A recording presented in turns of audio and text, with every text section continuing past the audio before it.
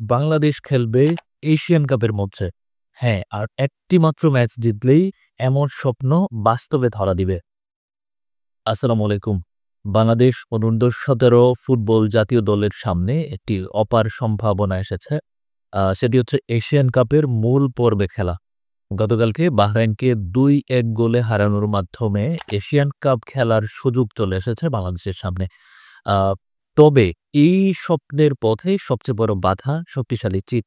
অর্থাৎ বাংলাদেশ যে গ্রুপে রয়েছে, সেই গ্রুপের শীর্ষে রয়েছে চিট এবং বাংলাদেশের সর্বশেষ ম্যাচটিও তাদের এগেইনস্টে।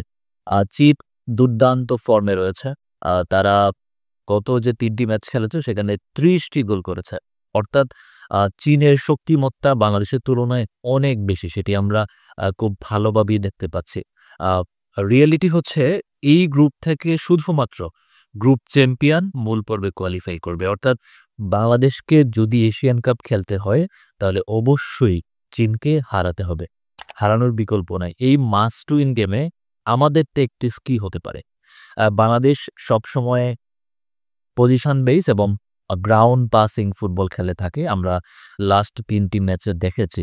তবে আমার কাছে মনে হয় যে বাংলাদেশের কিছুটা টেকটিক্যালি সাউন্ড হয়ে অ্যাটাকিং মুভমেন্টে যাওয়া উচিত। অর্থাৎ ডিফেন্সিভ সলিডিটিকে বজায় রেখে কুইক কাউন্টারে যাওয়া উচিত এবং আমরা সবাই জানি যে চীনের যে ফুটবল স্টেবিলিটি সেখানে আমরা হয়তো খুব বেশি বল পায়ে রাখতে পারব না। আমাদের অফ দ্য বল মুভমেন্টে বেশি থাকতে হবে এবং আমাদের প্রচুর প্রেস করতে হবে।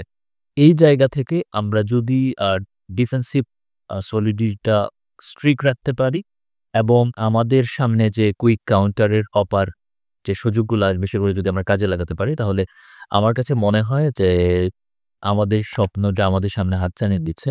আ বাংলাদেশ অনূর্ধ্ব-17 ফুটবল টিম এশিয়ান কাপ খেলার সৌভাগ্য সর্বশেষ অর্জন করেছিল ২০০৬ সালে।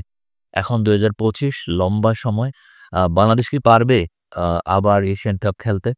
আপনার মতামত জানান আমাদের কমেন্ট বক্সে।